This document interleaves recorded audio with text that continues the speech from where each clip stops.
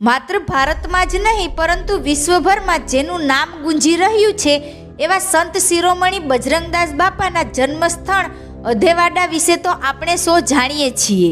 બજરંગદાસ બાપાના પાવનકારી સ્થાનક બગદાણા વિશે પણ આપણે સૌ જાણીએ છીએ, પરંતુ શું મિત્રો તમે એ ગામ વિશે જાણો છો જે ગામની ગલીઓમાં સંત શ્રી બજરંગદાસ બાપાનું બાળપણ વીત્યું હતું, જ્યાં આજે પણ બજરંગદાસ બાપાના વંશજો રહે છે અને તેનું જૂનું મકાન મોજૂદ છે।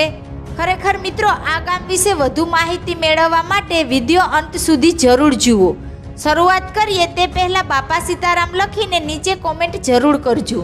મિત્રો આમ તો બજરંગદાસ બાપાનો જન્મ અધેવાડા ગામમાં થયો હતો, પરંતુ તેનું બાળપણ વલ્લભીપુર પાસે આવેલા લાખણકા ગામની શેરીઓમાં વીત્યું હતું, જે ભાવનગર અમદાવાદ હાઈવે પર આવેલું છે અને બગદાણાથી લગભગ 87 કિલોમીટર દૂર છે। મિત્રો આ ગામમાં તેનું જૂનું મકાન પણ મોજૂદ છે, પરંતુ સમયની સાથે અહીં નવા મકાનનું નિર્માણ કરવામાં આવેલું છે। મિત્રો બજરંગદાસ બાપાના પિતાનું નામ હીરદાસ અને માતાનું નામ શિવકુંવરબા હતું।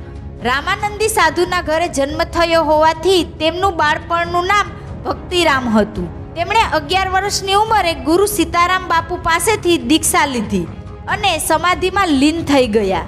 યુવાન ભક્તિરામ જ્યારે પોતાના ગુરુ સીતારામ બાપુને દક્ષિણા આપવા ગયા ત્યારે સીતારામ બાપુએ તેમને કહ્યું કે તમે તો ખુદ સંત શિરોમણી છો, મારે તમને દક્ષિણા આપવી જોઈએ, તમારે મને નહીં। ત્યારે ભક્તિરામે કહ્યું કે જો તમે મને કંઈક આપવા માંગતા હોય તો એવું કંઈક આપો કે જેથી મારા મુખે રામનું રટણ ચાલુ જ રહે। ત્યારે સીતારામ બાપુએ તેમને નવું નામ આપ્યું બજરંગી અને કહ્યું કે આખું જગત તને બજરંગદાસના નામથી ઓળખશે। ગુરુ જ્ઞાન લીધા પછી બજરંગદાસ બાપા ગુજરાતભરમાં ભ્રમણ કરી રહ્યા હતા। તે દરમિયાન તેઓ બગદાણા આવ્યા। અંદાજે આ વર્ષ હતું 1941। અહીં બગદાણા ગામ, બગડ નદી, બગડેશ્વર મહાદેવનું મંદિર બજરંગદાસ બાપાને પસંદ આવ્યું અને હંમેશને માટે તેઓ અહીં રહી ગયા।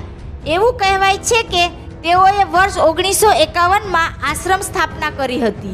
મિત્રો બાપા સીતારામે બગદાણામાં વર્ષ 1959માં અન્નક્ષેત્ર ચાલુ કર્યું હતું અને મંદિરનું નિર્માણ કરવામાં આવ્યું હતું।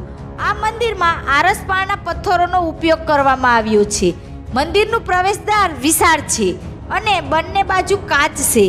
શિવ અને પાર્વતીની પ્રતિમા પણ મૂકવામાં આવી છે। સમય જતાં ભક્તિરામ આખા જગતમાં બાપા સીતારામ અને બજરંગદાસ બાપાના નામથી ઓળખાવા લાગ્યા।